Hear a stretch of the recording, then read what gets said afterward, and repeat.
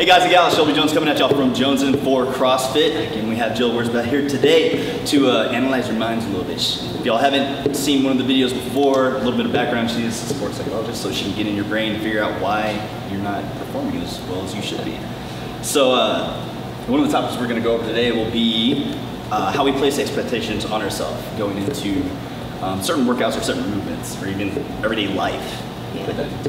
Yeah, so a lot of times we have a lot of big expectations of ourselves, right? We expect greatness out of who we are, and that's great, right? At least a small part of you really believes that you can be great, right? And we want to harness that and keep it to really bolster our ability to achieve that greatness, but we don't want to stay there. So the problem with, if you think about the outcome all the time, is your brain starts to think about that as someone else, right? Because you're so far removed from that reality, and that's going to really shut down your effort and your persistence right here in the moment. That's going to get you down the road, right?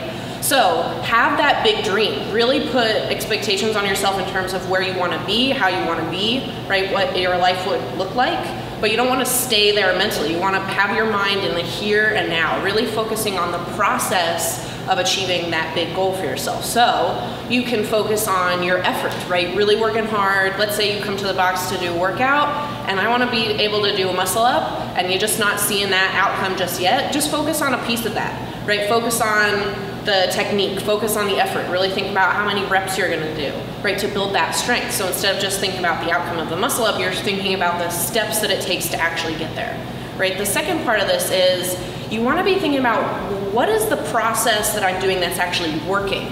Sometimes we get stuck, we kind of put blinders on, and we start being like, this is what I'm gonna do, I saw somebody else do it, and that's how they were successful, but it's not working for you, right? You gotta have your own tailored approach. So it's kind of like a step back for a minute, reanalyze the situation for yourself, look at what's not working. What am I doing that's not getting me further down the road? I need to change that, right? Make some modifications, talk to Shelby, talk to somebody, right? Figure out what is not working and make a modification. But also, and probably even more important, is you gotta know what is working for you. Maybe what is working for you is that you show up 5 days a week to work out. That's working, right? You gotta put the work in to get the payoff that you're looking for. Maybe even part of what's working for you is having your buddies and your friends be a part of your support system, right? They're cheering you on, you're cheering them on. So not only knowing what to fix, but also knowing what to really hold on to and really bolster your ability to get there. So again, this isn't about not having big expectations, it's just about managing where your brain is in terms of getting down the road where you want to be. I love that. Yes, having the expectations, setting the goals, but don't act like you're already there. You have to put in the work and have the steps put in place to make it to those goals.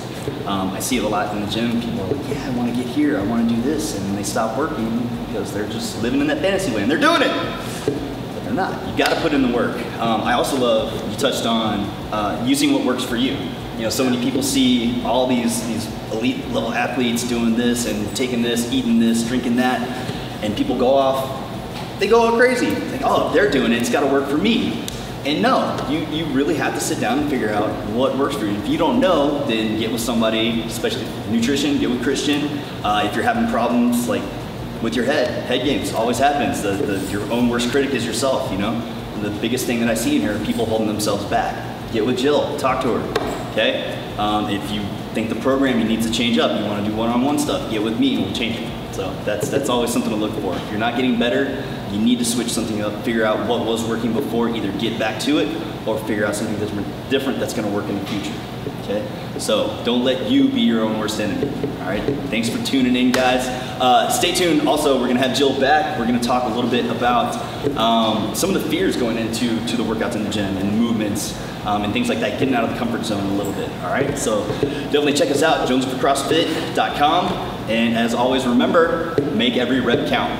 Thanks, guys.